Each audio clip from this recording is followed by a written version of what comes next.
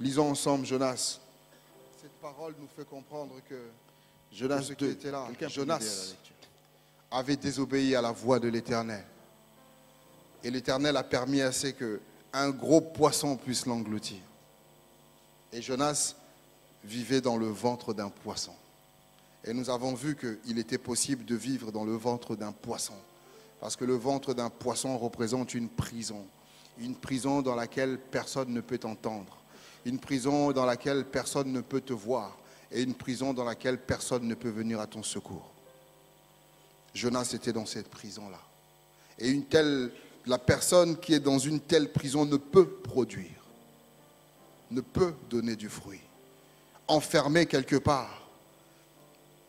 Et le Seigneur, dans son amour et dans sa bonté, a entendu la voix de Jonas depuis le ventre du poisson.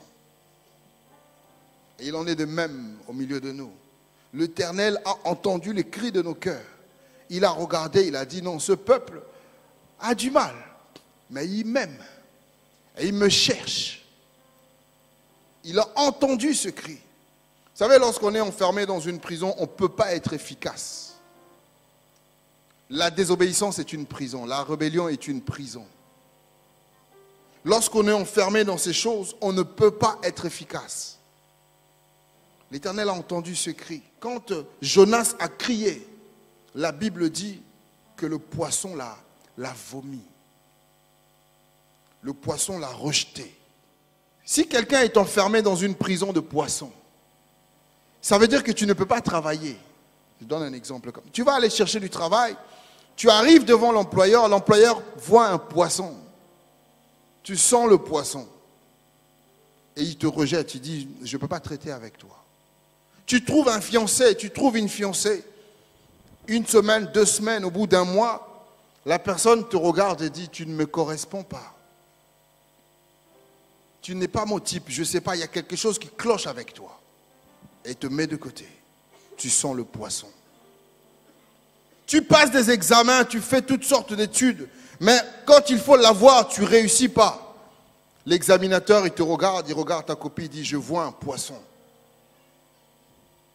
Tout ce que tu entreprends, ça commence à marcher, mais à un moment donné, on te rejette. Pourquoi? On dit, il y a un poisson. Tu n'es pas dans un milieu normal. Tu es dans des relations, au bout d'un moment, on te rejette. Pourquoi? On voit un poisson. Mais quand Jonas a crié, l'Éternel a ordonné au poisson de vomir. Alléluia. Le Seigneur nous a dit dans ces derniers jours, il a dit que les portes du séjour des morts ne peuvent rien faire contre son Église. Il a dit que Satan peut rassembler toute son armée. Il peut venir avec tous les démons de l'abîme. Contre un chrétien, il ne pourra rien faire. Mais il faut le croire. Parce qu'il dit les portes de ce jour de mort ne peuvent rien faire contre son Église. Mais quelle Église? Celle qui craint l'Éternel. Si tu crains l'Éternel, Satan peut venir, il peut t'entourer, t'environner. Ils ont fait un cercle, il fait toutes sortes d'incantations sur toi. Jésus a dit, les portes de séjour de mort ne peuvent rien faire contre toi. Rien faire contre toi. Et c'est une promesse. Pourquoi est-ce qu'on peut croire en cette promesse? Il dit, voici, je tiens les clés de la mort et du séjour des morts. C'est Jésus qui en a les clés. Donc tous ceux qui sont dedans, ou ceux qui font des allers-retours là, oh, j'ai vu l'enfer, tous ceux qui font des allers-retours ne peuvent rien faire. Parce que celui qui a les clés, c'est Jésus. Et quand il ordonne au séjour de mort de lâcher, le séjour de mort lâche. Lazare était mort. Jésus est venu. Il a regardé le tombeau, il a dit, Lazare, sors. Et eux, là-bas, ils ont entendu. Ils ont dit, il a dit, laissez-le partir. C'est la même voix que le poisson a entendue. Le poisson a entendu, lâche-le. Et c'est la même voix que les démons de ta famille ont entendue. C'est la même voix que les mauvaises racines ont entendue. C'est la même voix. Alléluia. Ils ont tous entendu, lâche-le. Et le poisson t'a vomi. Tu ne sens plus le poisson.